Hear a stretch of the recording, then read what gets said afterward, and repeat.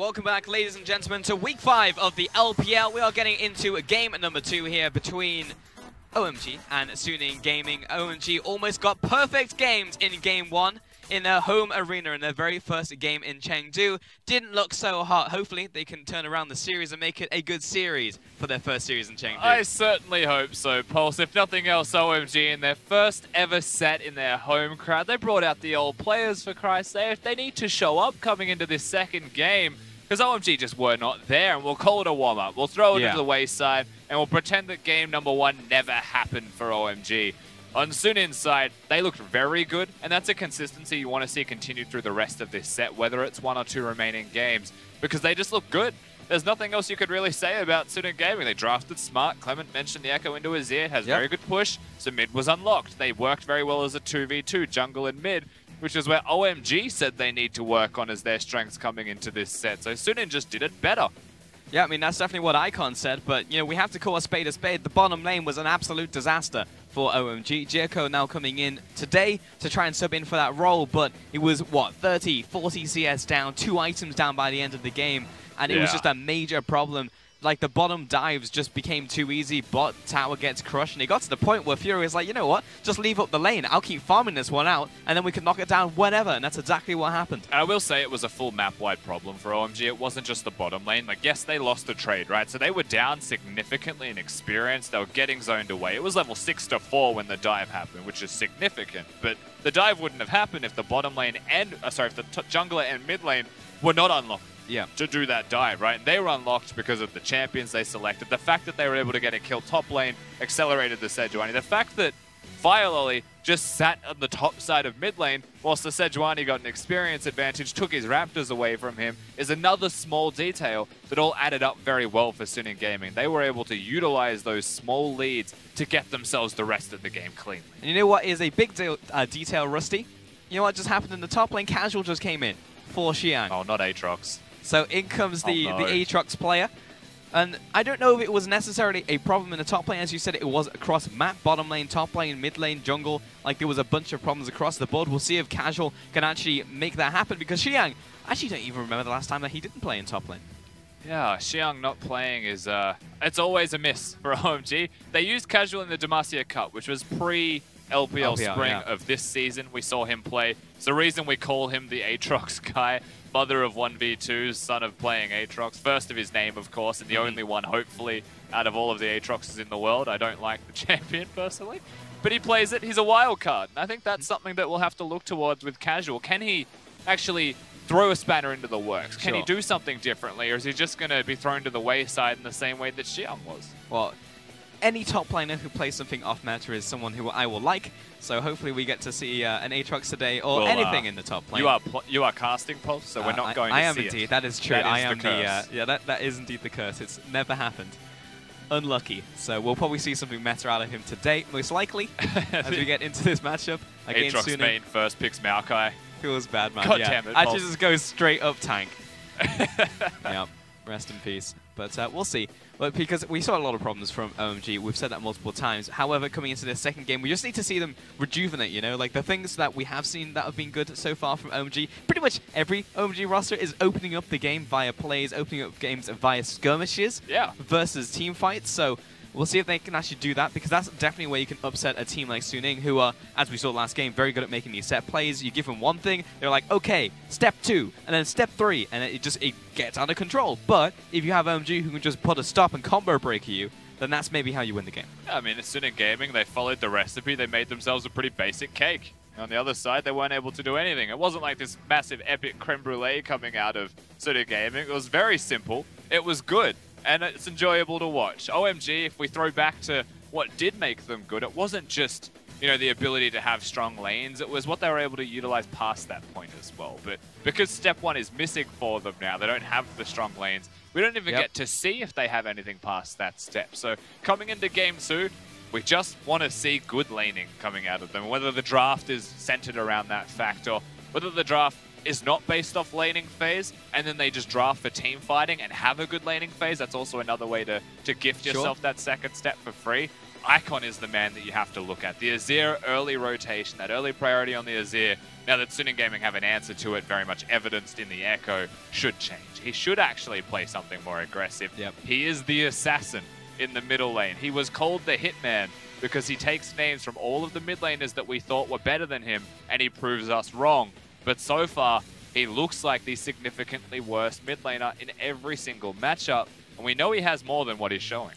Yeah, playstyle was definitely a time that we would say, you know, Icon, he is the assassin, but also in terms of what he plays as well, it was Ahri, Zed, LeBlanc was essentially his champion pool. Now, most of those aren't really being played right now, but we have seen LeBlanc out of Icon earlier in the split, and that was some of the sickest play I've seen all this split, probably all year, to be honest. Yeah. Icon did incredibly well, so maybe it is just time to say screw it, throw caution to the wind, and actually just pick up something like LeBlanc here and try and get something rolling in the laning phase, rolling in the early skirmishes, and actually try and get out of the first 10 minutes of the game. It is just funny to me that when we look at this season, Icon's best game is on an assassin. It's like LeBlanc is still constituted as an assassin, even though she's a mage compared to something like the Zed, and that is when he looked his best.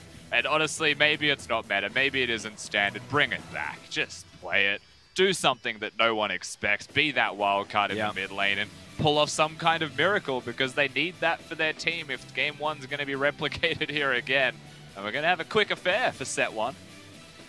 It could be possible. We'll see if Cine out to just 2-0 sweep OMG in the home arena here. Now we are just waiting on players. Currently, all players are in the lobby. We are just trying to get into game right now, so we don't have more information really for you just yet. But as soon as we have it, of course, we will tell it to you as fast as possible. But for now, we are just waiting on players. Let's get more time to look at their heads. Which is something Indeed. that a lot of the LPL fans actually do enjoy.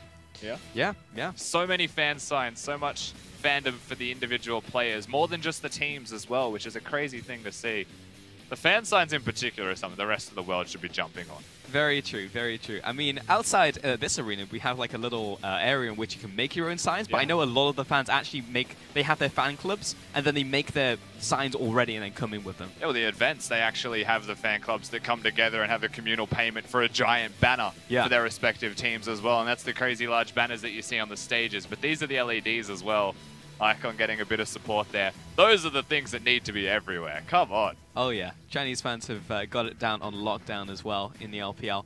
I know a lot of people really like the front row seats, but it's quite difficult to see the game from the front row, but you can see the players very well from the front row. And the fans definitely love those seats. Hey man, they do have small TVs in the front row now. They do, Or for the front row, I should say. You don't want to have to crane your neck up the whole time looking straight upwards. Yep. That is uncomfortable. They also, indeed. like, LGD's arena has movie chairs, like cinema seating. I heard there was massage chairs. Yeah, they're massage chairs. So if you want to sit in the front row, you can probably just recline back a couple of degrees, get a back massage, and look at the screen from there. Oh no, but is it in the same way that like with airplanes, where if you put your seat back, then everyone has to put their seat back because it's too close? That would be how it works, for sure. That would definitely be an issue. It's no problem for you in the front row, is it? That's also true. Also true. That is the advantage that you get by putting yourself in that row. And then you get a massage. And you can pay for the massage with your phone, so everyone can get it. Can you really? That is fantastic. That's something fantastic about China that I've grown accustomed to, is you do not need to bring your wallet with you anywhere. You can just use your phone for everything. It is far too convenient for all of our own goods. I bought orange juice the other day with my phone. It was pretty great. You were there. Yes, you did. Wonderful. Well, oddly excited about that, I might add. Yeah, unfortunately no update for you guys just yet. We are still just waiting on players. Everyone is in the lobby.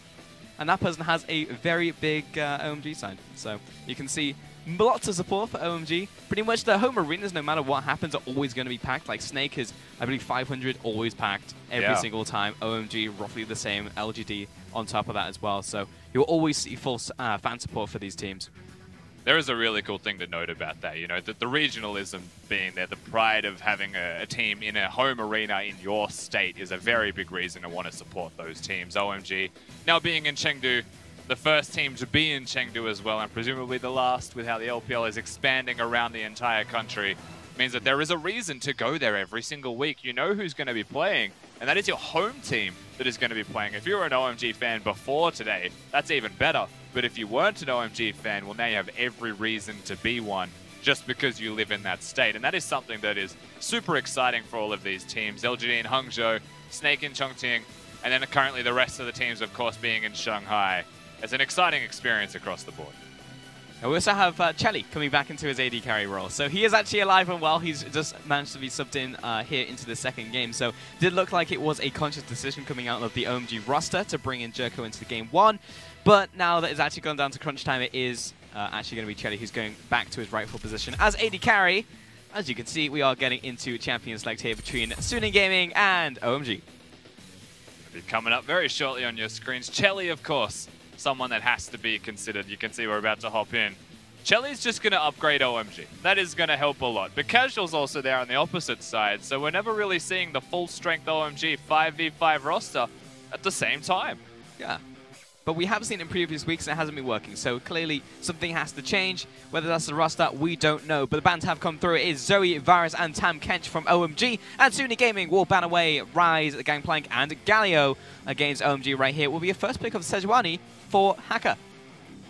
It's a pretty good first pick to secure for yourself. Full credit to Suning Gaming, recognizing, of course, the priority they have on Sejuani and how good Hacker is at the champion, which is weird to say, given that he was the Kha'Zix player last year, but he's diversified, he's picked himself up the tanks, now something that hasn't been banned, Pulse. Was in the first game, it's now locked in. It's Skarner for Fireloli. It was in fact banned by OMG in game 1, but will be picked up by them in this game. And Fireloli actually looks very happy to have this pick. Skarner so far, 50% win rate in the LPL, 3 out of his 6 games have been wins so far. You know, Fireloli, last time we saw him, he was playing the Xayah.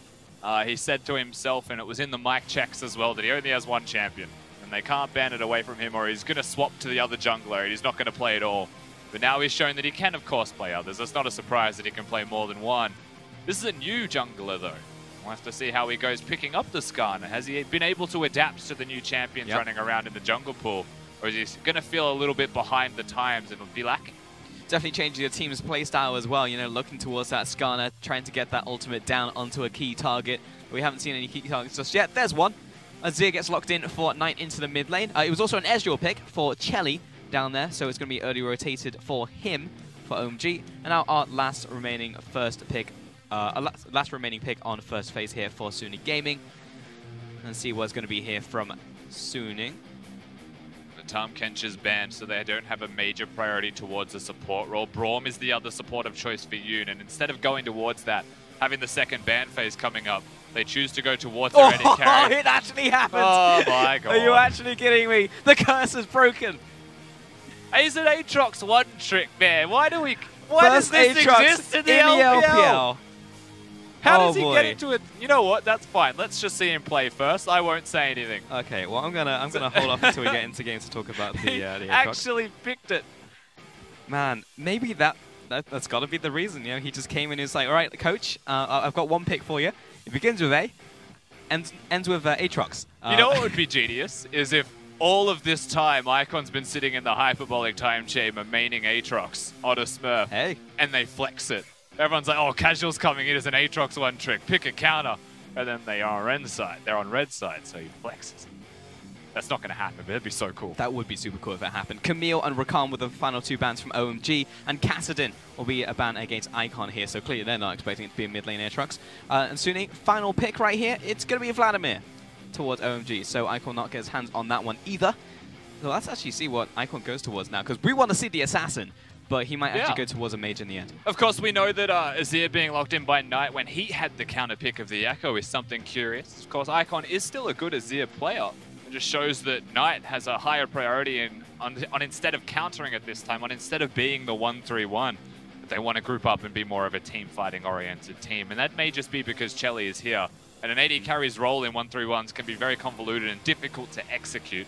And so they go back to a more tried and true strategy here, Suning Gaming. Whereas on the other side, not exactly tried. Well, it's tried, but is it true? That is the question, 100% as we get into this game. Sion was also locked in for XiaoAL into the top lane, so when in doubt against a weird pick, just pick a tank. Go for something that's also going to be strong in the laning phase, such as Sion, who pretty much has both right now. And Thresh actually coming in for Yoon, so trying to make some plays into the bottom side. And it's actually going to be our 5th Thresh so far in the split. Unfortunately, Thresh has yet to find a win. And Cassiopeia will be the final pickup for Icon here.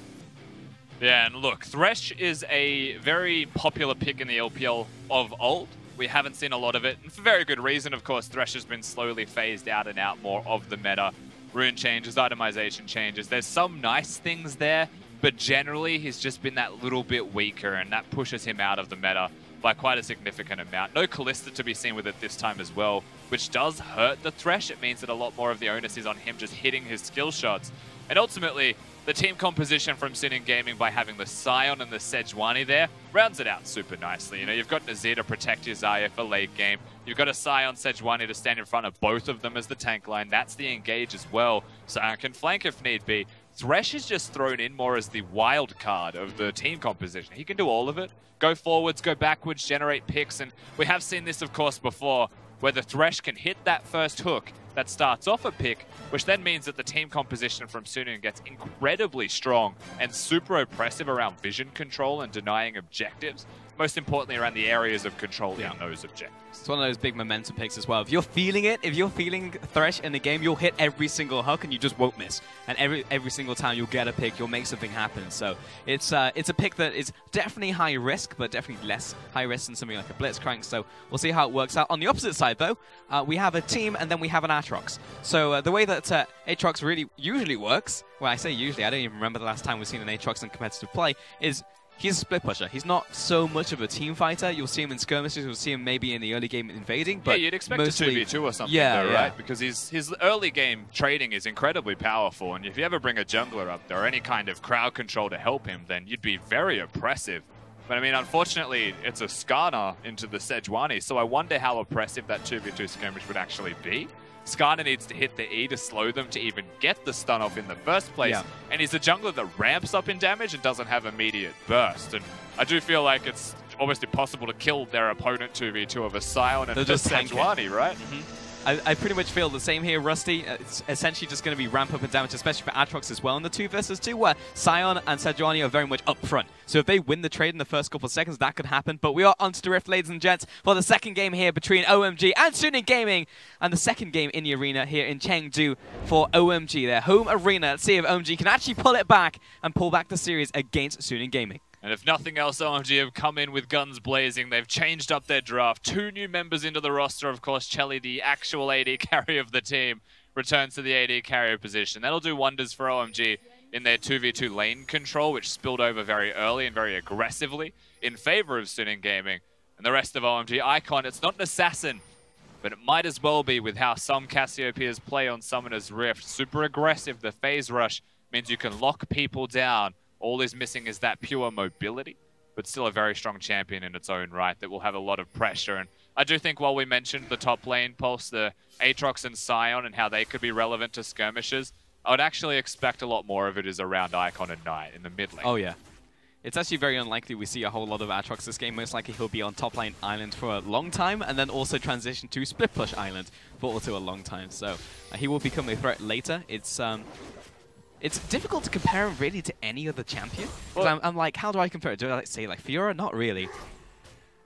Yeah, look, well, you're the Gouda god, so if you don't know what the answer is, Pulse, then generally people are left asking the same question as you. True. He doesn't fit into any team composition. I mean, Aatrox just is bad, right? But like, if you're an Aatrox main, then it isn't as bad, and that's usually the way it works. Yeah. But most mains get capped at a certain point by the limitations of their champions. The ones who can excel, get past that point, get to Challenger. You're looking at like the Rivens, the Yasuos, and the Fioras here and there. Just because their champion is so intricate, so crazy with the ceiling of it, whereas Aatrox is just basic. Yeah, this is the first Aatrox we've seen anywhere in the world for the Premier Leagues. He's meant to have good early I training. actually don't see it for any league whatsoever, so I'm pretty sure this is the only Aatrox we've ever seen. But Haka looking for this top lane gank. He has been warded out, however.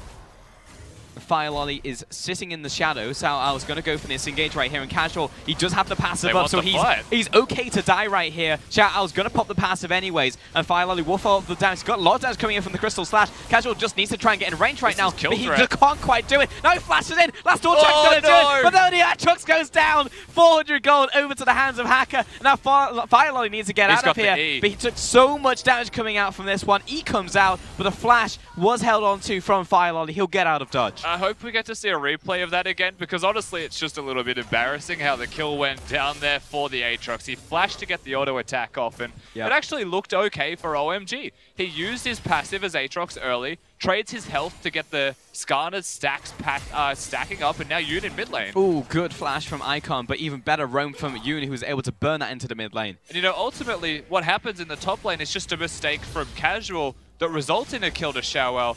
He didn't respect or fully understand the hitbox of a Sion's Q. And that was the difference in the end, where we just saw the merit in the 2v2 trade, the 2v2 skirmish, and what a Skarner and Aatrox were capable of. And we just saw the exact worst case scenario by a mistake from OMG. And that is so unfortunate now, because Aatrox needs a bunch of time to catch back up in this lane. He's not going to be able to dominate it in the 1v1.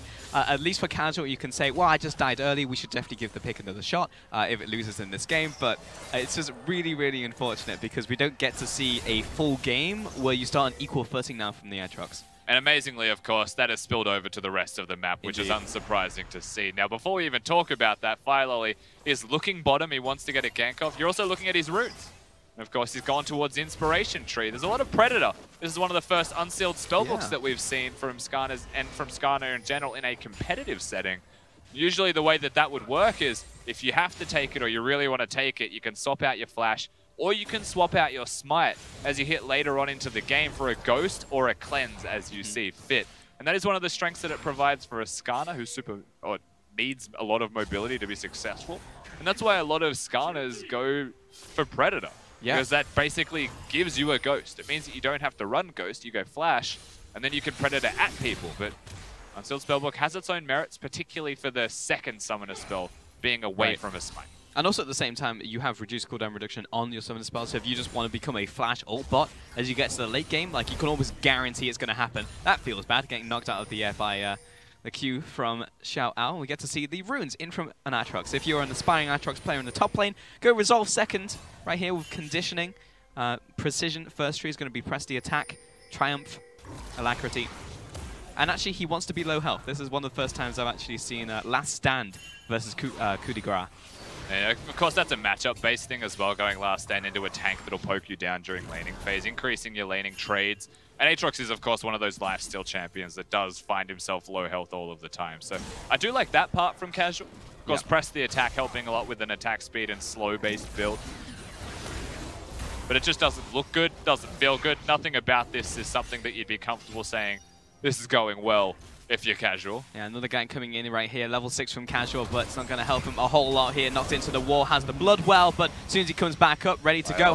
Fireloli coming in for the counter gank. Casual just needs to try and get out of this one. Actually turning it around onto XiaoAL. Puts him into the passive. Massacre comes down for the damage. Turns it into a 1-for-1 trade. That's just pretty inexcusable from XiaoAL. Casual with the extra auto attack range as well. Gets the attack speed and picks himself up a kill.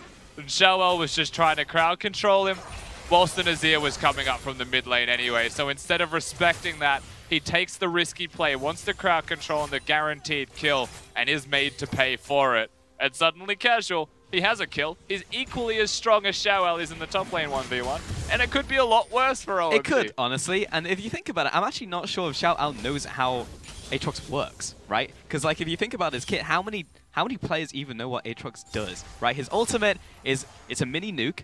Yes, it actually does damage on activation. On activation, it gives you extra attack range.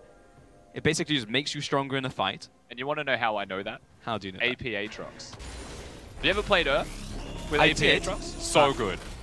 Okay, in comes XiaoAL once again. Good dodge coming in from Casual, but unfortunately he has no Bloodwell this time. So this time, he's just going to die. Hacker's able to tank the tower with the use of Aftershock. Bot lane, however, trading off, but looks like they will back away here.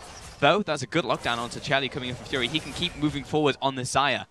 Yeah, really nice return from Fury to be able to trade. And of course, Xayah has got the push in the 2v2, which unlocks bush control for Yoon to try and get more and more picks. And also, it was a nice trade at the start from OMG. We've also seen Yoon leave lane once already. He's been unlocked. He's been able to make these big plays across the map simply because of the push that Xayah has. But OMG, they know he's pushing, and they want to try and answer at any opportunity. Man, after all of that, we saw another death in the top lane there for Casual. So 1-3 currently on this Aatrox. Feels bad, but honestly, if you don't know what it does, just keep ganking it. Eventually something's going to give. Aatrox only has one real escape, and that's in this Dark Flight, and it has a pretty long cooldown as well. Also, not that long range, so very easy just to predict where he's going to go and actually just keep chasing him down. And from what I know, it can't be cancelled, but it gets cancelled a lot. Yes. But it can't be cancelled. It can't be cancelled, but we definitely saw it get cancelled like twice this game already. So if you see something that looks out of the ordinary, like he's going through a Malphite ultimate as an example, then that's because it can't be cancelled. But if you see a Sion knock him up and it gets cancelled, it's because he's Aatrox and he shouldn't be played. Yeah, there's definitely some problems with Aatrox. He hasn't been touched for a long time. There were some changes. So before, Aatrox used to be able to have his passive at all times. So it was basically just like a free Guardian Angel in the same way that like Zac passive works. But then it was changed, so you actually have to get to maximum on your passive, and then you actually have it for a little bit. So the cooldown is still around 4 to 5 minutes, but it just makes it harder to access that early. So you can't just dive at level 2. Yeah, of course. It does mean he has to get the stacks off. Press the attack works nicely as a route for him as a result of that as well. And it doesn't really matter, as you mentioned, if XiaoAL even knows what Aatrox does, because when he's behind, he's not going to do nearly as much as if he was ahead, and he'll only be a problem if he's equal or ahead. So ultimately, they're doing the right things here, Sion Gaming. OMG have only fallen down 1,000 gold, though, at 9 minutes. This is much better than their last game. They have got some control. At least the bottom lane's gone dead even. Chelly and 5 much more comfortable. Yeah, when you put an AD carry in that position, oh yeah, he's feeling it. And they saw it on a ward too. Oh, that's embarrassing. Yeah. I mean, if it's in your own jungle, like only your team sees it, maybe you just don't draw attention to it, then, you know, maybe no one will ever notice ever. But that was on a ward. He was feeling angelic. Everyone from Suning will see it. Unfortunate. The 2-for-1 special. He's able to save the ward for a while as well, Knight. Oh, man. It goes from bad to worse. That'll happen. It looked like he was just trying to ward right there as well, because he had that on near to the same hotkey. He probably bought an item or something, and and it shifted it. Oh, you hate to see it. Happens. But OMG, to like look at the wider picture, are in a much better scenario this this game around. Holy moly, English is pretty difficult, it turns out. Sion Gaming are going to get the first dragon of the game, though, over to them. Hacker is going to secure that one with their AD carry, and he'll go back to base as well. So Ocean are going to be super good in the early laning phase here. And Knight's having a very good series for himself and being a major part of to why that Drake was to be able to be secured at all. Honestly, having push in the mid lane, having control of Icon, stopping him from being able to leave the lane, and suddenly the Drake is an objective they can look towards. A bit cheesy by going over the pit, of course. They don't want to be spotted and have any kind of fights for it, but they can circumvent that by having push in mid lane. So even if a fight happened, they have the threat of a quicker rotation. Exactly. Meanwhile, in this top lane, Casual still trading off against XiaoAL, but this is the problem with Sion into a lot of matchups. He's just a big ball of health and sustain, and it's actually just very difficult to do anything. So he's able to push Casual, even though Casual has an ability that gives him life back on his W. Yeah, I mean, honestly, for what XiaoAL has done so far has been pretty smart, just from his itemization as well, is he's gone towards the Glacial Shroud Rush, give him mana. Now, the idea against the Aatrox, if he's going to sit there and auto-attack to sustain, and he needs to be in melee range, then doesn't he? And a Sion has a lot of melee range-based damage.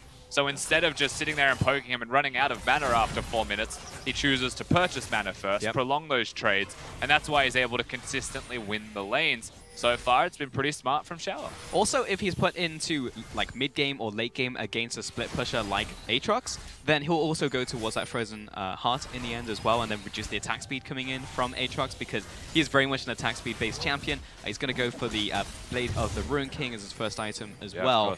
You know, I was just thinking about it. I think I have it, Rusty. I think Aatrox is just a worse Aurelia, and Aurelia is also not good right now. The ultimate is some burst, makes you stronger in a fight in terms of sustain. You've got a dash that mostly just moves forwards. You can control as Aatrox, so that's a big plus for him. You have a W that sustains you, does an extra bit of damage as well. And your attack speed base as we look towards... and again to the bottom lane. Oh, what a hook coming down onto Chelly. He's just immediately dead. Fireloli trying to trade off in this one, and double teleports coming down. But Sion Gaming, they're closer to the play. Five's almost dead. Fireloli's almost dead. And the Zhonya's comes up, but in comes Casual. 1 versus 3. He's already knocked into his blood well. An Icon coming in from the mid lane. He says, nope, not touching that one with a barge pole. And Fireloli, he's definitely in a bad situation, but now Fury knocks both of them away. XiaoAL comes in, gets the slowdown. Decimating Smash doesn't quite connect as the flash comes in. I mean, City Gaming just deserved the kills from that one. The pick onto Ezreal, the fact that Casual's gone now as well. It starts off with Yoon hitting a hook, and it just looks clean from them. There was a couple of inconsistencies on the back end of the fight. You know, Fury going very far by himself, flashing without vision of the Skarner, who had a shield on, so just dives a little bit too far. But realistically, you know, Sin Gaming, they kick it off in the correct way, and whether it was caught out of position or not at the start, they're the ones who turn that around incredibly well, just from a mechanical prowess. And this is Five and Chelly going forwards. Five, as he throws the ultimate, Yoon's able to put the hook through, so no matter what, it was going to go off. And that's a very hard hook to dodge, just because you have no idea where it's going. The Thresh is knocked in the air, very hard to navigate. Now we get to watch the back end of the fight. Of course, Casual and Five in a very bad position. Five will survive. Casual's just left to die.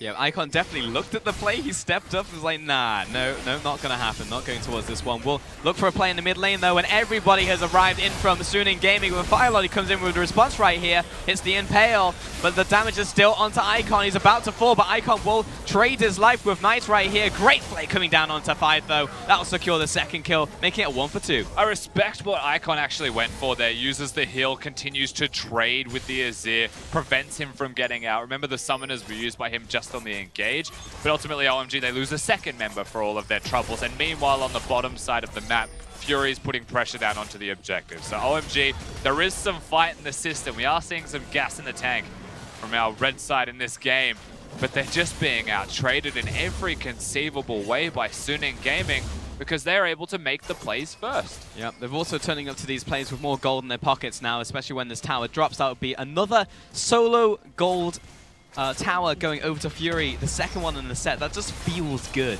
getting so much extra gold over to yourself, though Fury potentially getting caught here. Yeah, I spawned Gauntlet for Chelly, so he does need to ult. No slows to come on, and Fireloli and Hacker are just going to say g'day, but Hacker wins that one no matter what. Here we go. Oh, great play. Oh, misses the play. Unfortunate, but Hacker still lands the ultimate. Knight coming in here as well, has the damage to deal, and Icon doesn't have the ultimate, doesn't have the flash, and no summoner spells, so eventually he will die. And the pressure that a Sejuani and a Thresh can exert, using the summoner spells to close distance as well. Doesn't matter that the flame misses ultimately, because the Sejuani does have the ultimate, and there was nowhere left for Icon to go. So a second turret starts to get pressured. Fireloli, always late to the party. It's because it wasn't a party, and he wasn't invited, but he crashes it a little bit late. It's already gone.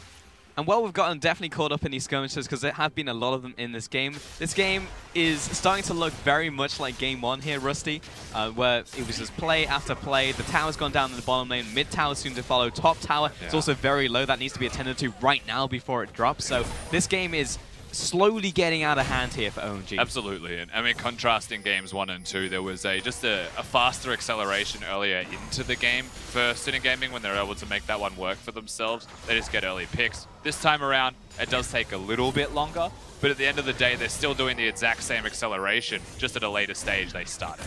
In the top lane right here, XiaoAL did end up finishing the Frozen Heart in the end, plus he's got an extra bunch of health coming in from that Ruby Crystal, and just because he's Sion, so there's not a whole lot that Casual can really do just on these base stats right here. Jumps in with a dog flight into a decimating smash. That's probably not what you're going to do in terms of trading right there. Casual may have to just back away. I think he'll probably just end up hitting these Krugs so he can get some health back. And he'll actually get health back from those Krugs, you would imagine. Of course, the Blade of the Ruin King with his passive, but the turret in the top lane is now under fire, and Aatrox is missing from that lane. Probably just going to go down by itself. And that's another free turret for Suning Gaming. And we talk about that acceleration. Yep. OMG did not draft like we suggested they should, which is a bit of a better laning phase as winning lanes go. This might be okay. Here they go again. Casual engaging onto XiaoAL. He's also got Fireloli chasing after as well on this Skarner. But because he's got the ultimate and the Massacre... Oh, just kidding. Yeah. Yeah, that's always a problem. So if you're Casual right there, definitely want to try and block that, because that is Sion's get out of jail free card. So unfortunately, he'll just run away. I mean, Fireloli kind of walked from the lane, didn't really go for a flank, didn't like wrap around by any means. So the Sion seeing this, knowing of course Casual, he doesn't have his flash, it's a couple of seconds away. Yep. Can't close the gap, so he's just going to chug on home. Well, that easy as you'd like. That was definitely a buzzkill, for sure. But yeah, Sion gets to go back to base. Now he's just building more health. Looks like he's going towards the Warmogs as well. This is Maybe XiaoAL does know what to do against against Aatrox, because he's itemizing almost perfectly right here. It's just becoming the most annoying brick wall you've ever seen against an attack speed split pusher. I do think XiaoAL is a very smart player. I remember the conversations of EDG actually wanting to pick him up before they found themselves Rain. Like, XiaoAL knows what he's doing when it comes to playing League of Legends. Yeah, I mean, he's a man of culture. He plays allowing himself. And maybe he doesn't know what to do against an Aatrox, but he knows what to do against a split pusher. And everyone knows that what little you see of Aatrox is going to be split pushing. So just build yourself against that appropriately. I mean, he's smart enough to do that aspect of it perfectly fine. And it's definitely paying off for him because Casual, even though he's 1-4, still has kill threat here and there on a Sion. That's just the nature of Aatrox. So run away, Casual, because right here, you do not want this. Ultimate comes down. Nice lockdown onto Casual. He doesn't have the passive, and he's just going to die almost instantaneously tonight. T-Shot comes into the mid lane. Sion's looking for it. Knock up onto Braum. He's also locked down. There's the hook as well to follow. The Thresh pick coming to pay dividends. And Hacker, oh hello, Herald's actually coming in from behind as well with the flank. Mid lane, Chelly jumps out of the way with the arcane shift. He's getting chased down. Fireloli behind his tower. The tower's already dead. Here comes the second charge now in with the Herald and the mini wave flooding in. And this is almost perfectly set up from Suning Gaming. Icon is just in the bot lane. He's split pushing on Cassiopeia. Yeah, he's pretty much acknowledged that defending this mid lane inhibitor is not impossible. So instead of being there, he was hoping perhaps Chelly with the Iceborne Gauntlet would have some wave clear. Fireloli also using the ultimate to distract for a second, but he just pulled a tank under the turret, so the tank walked away. It's kind of just what he does.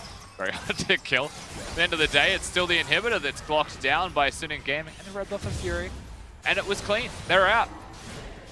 Suning Gaming are now on an 8,000, or almost 8,000, about 7,000 gold lead against OMG right here. 2 dragons. That's unfortunate. Last 0.1 seconds on that recall. And 4 towers ahead of OMG as well. So almost another perfect game coming in here. And the wild card that OMG has, like Icon has damage, yes, but into the top lane, you've got Casual on this Aatrox, 1-5. So the wild card is not doing so hot right now.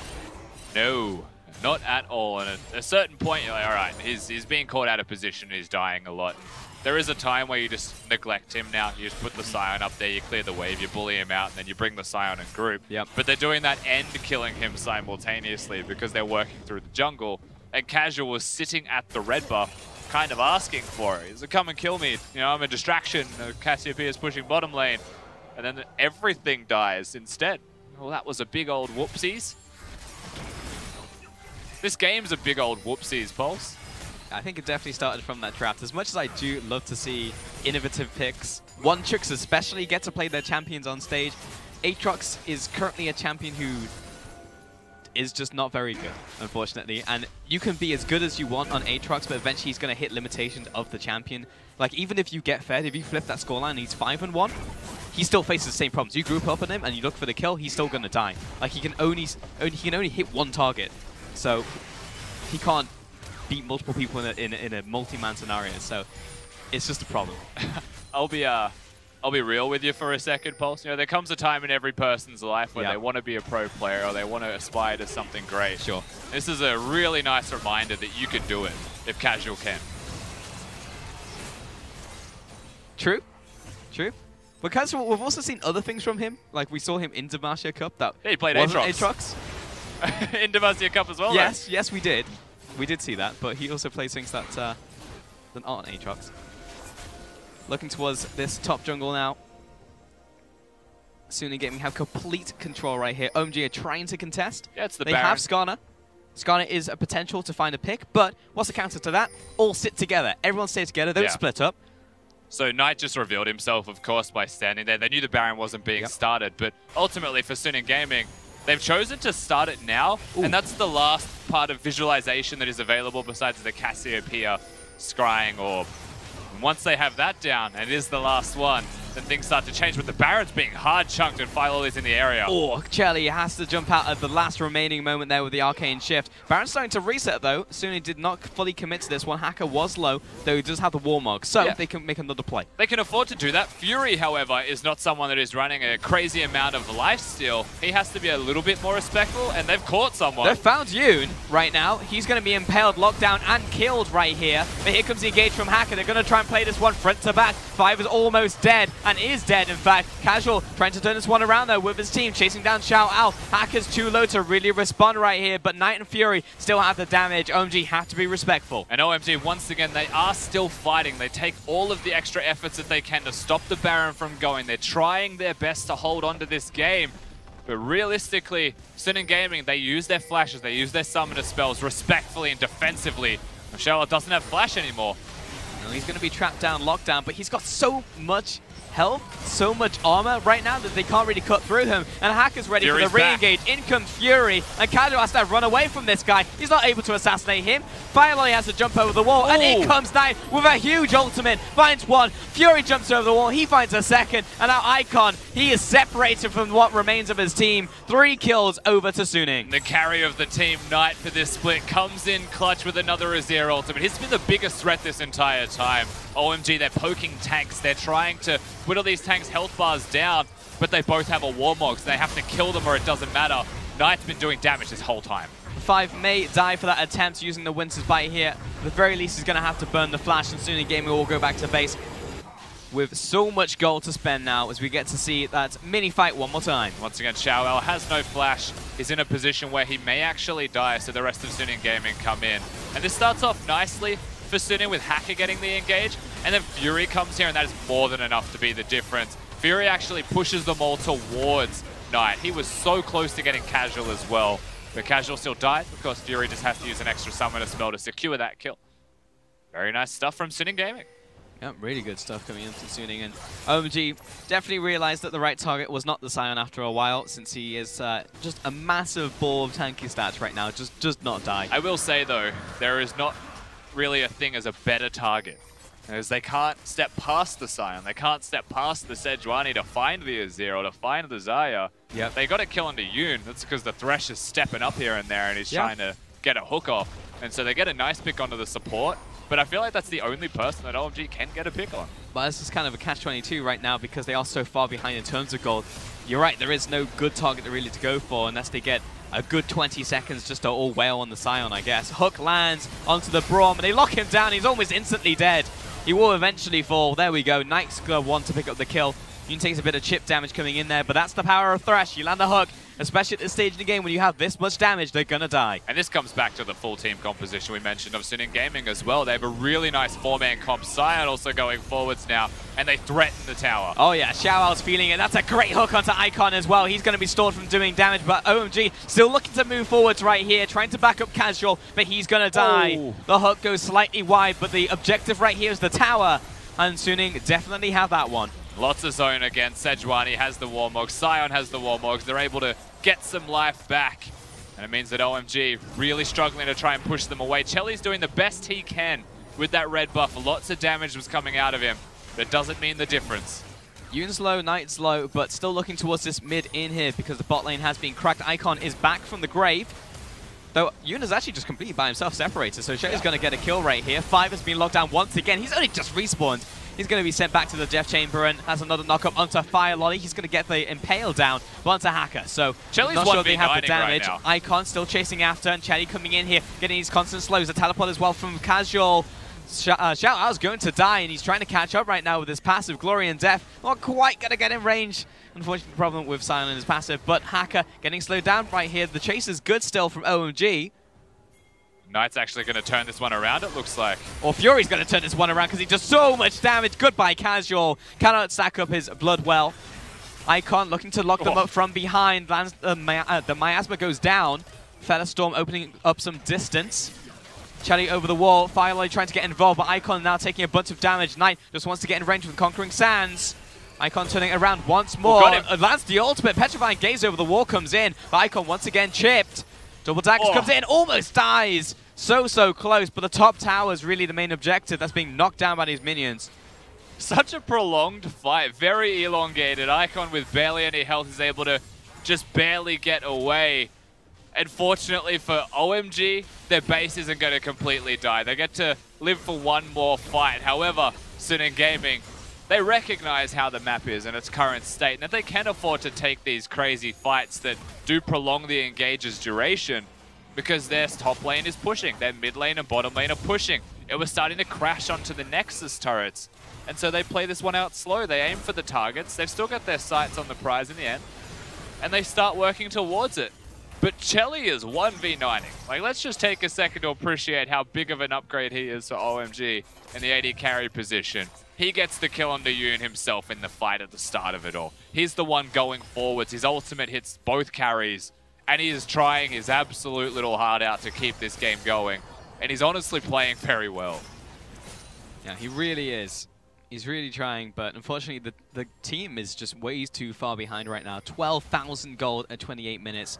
Starting to look like game one again. We did see in the early game OMG look a little bit better. Were able to pick up some fights, some skirmishes, and actually stall the game. Fireloli wants to engage pretty much straight away. But this is what we need to flash the hook coming out here. Featherstorm needs to come in, but knocked away by the Emperor's Divide, and he falls almost instantly here. Fire was trying to back him up, but the Skarner is dead. And Knight's looking for the re-engage. Yeah, he's going to have to flash out that one. That was a little too dicey. Actually not a bad trade from Knight in the end. Yes, the flash is gone, but Cassiopeia's ultimate means they can walk forwards with no hesitation and no reservations. The inhibitor will drop. That's the third inhibit. Minions are crashing onto the Nexus, so they can threaten to end the game right now. Double supers on the Nexus turret. No Fireloli right here. A 4 versus 5 and lots of damage coming in from the AD carry and mid laner. Chelly trying to poke away right now, but they need sustained damage. That's not really what Ezreal offers right here. Chelly getting chunked out by Knight. He has to go back to the fountain. Both Nexus turrets are dead. And soon in gaming, they're turning onto the Nexus itself. OMG, they have to fight right now. In comes Fireloli trying to get something to happen, but OMG, Casual jumps in, gets the knock-up down, but the Nexus is about to slowly die to Hacker. Down it goes, and a clean sweep to Suning Gaming as they wipe OMG off the map in their home arena. And once again, we get to see the perfect example of Suning Gaming with a lead, how they could end a game. They do clean it. They close it out relatively cleanly. Game 1 was significantly cleaner than Game 2, but they still get the result that they're after in the end. And it shows how confident they are, how good they are at setting up objectives. And OMG's fans are still there. They're still supporting the team. But you're only left wondering, what was that from OMG? They got absolutely blasted, and there was no time, no chance, no opportunity for them to come back in the entire set. Yeah. Same problems we've seen in general from OMG recently, combined with the curse. That is the first game in the home arena, unable to break that one. Snake, LGD, and now OMG join that lineup of teams who have unable to find that first win. But Suning Gaming here definitely have to compliment them on their play today. The first game was immaculate. Apart from that one death, it was a near perfect game. Second game looked very similar to the first. There was a back and forth Baron play, but apart from that, that was really good. I mean, really, it was just a Thresh pick for Yoon, throwing a spanner into the works as the composition went as well, and he was caught out of position a couple of times. Could have been any other support, but they chose to go for the Thresh, and there were some very good hooks to redeem himself through the early to mid stages of that game. And Suning Gaming are still the shining light of this whole set. The biggest takeaway here is that they have what it takes, and they are still pushing themselves towards that playoff position. And in Chengdu's first set, in OMG's first home set, they dismantled the home team against the home crowd, and they do make themselves look like a fantastic team of 5. And we said this before the set, but we'll say it again. Suning Gaming are continuing to pick up wins against everyone below them, drop games against those ahead of them, but if they're sitting in 3rd or 4th, that's still really good. It means that they'll go into playoffs, they'll be able to still come up with playoff contention.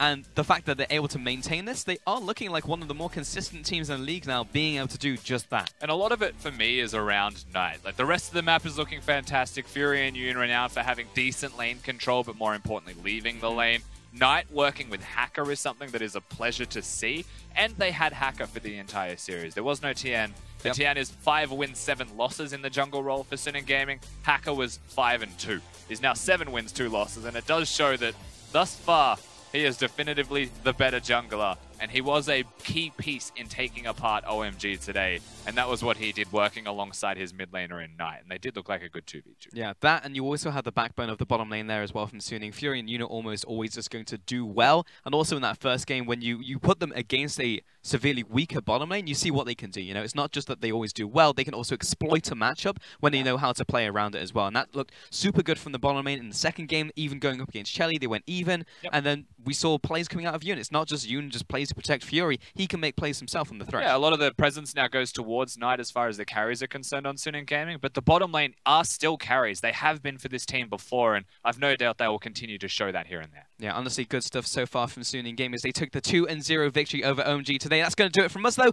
We are going to send it over to the analyst desk to take a look at the series. Thanks, guys. And Clement, we just got to see the first professional Aatrox in a Premier League in 2018. I'm smiling to myself because I have prepared my life for this moment. I have actually went in myself and dabbled in the dark arts of Aatrox. And I will tell you, not as a joke, there actually are a lot of Aatrox players in terms of High Korean Challenger. It's a very good matchup into Rumble and Gangplank, and players like Jinu actually do play it. However, it's never going to be a blind pick champion. So I really laughed at Rusty's explanation. Rusty was like, oh, maybe Icon's playing it as like a counterpick to Azir, because that would actually make a lot more sense. Now, just to talk a little bit about Aatrox, what does this pick do and what is the game plan? So for Aatrox, you are a pure split pusher, and what you want to do is you want to snowball your lane. You're very, very oppressive. When you're in Massacre, you actually still count as a melee champion, so that works very well with Frozen Mallet and Black Cleaver. Once you get it snowballed ahead, people cannot go away from you. However, this game pretty much ended on the first gank, where Aatrox and Casual died, and he never got any chance against the Sion, even in a 1v1 matchup. That's when it kind of fell apart. Suning were able to accurately identify the weaknesses of OMG, and this is something that we actually have to talk about, because it seems like Suning have identified a more potentially systemic issue with OMG as a team, because now they find themselves at 2 and 6 in the standings, and we got to ask some questions. Yeah, we definitely do, and it really does seem like OMG, the implications for this series is that there's something outsiders don't know that's happening about this team. We saw Sion sit out, even though he had a pretty decent performance game 1. We saw Chelly sit out for game 1 again, even though he seemed fine. He did a karaoke sing and sat in for game 2. So there's definitely some coach decisions being made that we're not privy to, and we just hope that OMG can right the ship fast enough. Yeah, that is the hope for the team. Of course, big congratulations for Suning in taking that win. However, the second set is just about to begin. We've got Vici versus LGD. We're turning over to the new page. Now, this started at about 7 o'clock. We're going to catch you guys up with the picks and bans really quick. They're going to be on the bottom of your screen right here. You can see Vici running the likes of that Caitlyn, Ryze, Sion, and of course on the other side, LGD taking the Gangplank, Ezreal, Orianna. And what we should really notice here is about Vici picking a composition that they can work with very well in the late game. This is a composition where you have a great frontline in Sion, you have a great damage in Caitlyn. And I've always felt that if Vici get a good teamfight composition, they can actually start winning games. We've seen this against RNG where they took a game off of them, and I'm going to call it right now. I actually feel like Vici today is going to be their first match win of 2018. Well, it certainly should be. I mean, they have got a lot to turn around if they need to claim a win here and start to pick up some momentum against the higher tier teams. However, that being said, our casters are ready to get us into game. So it's all yours.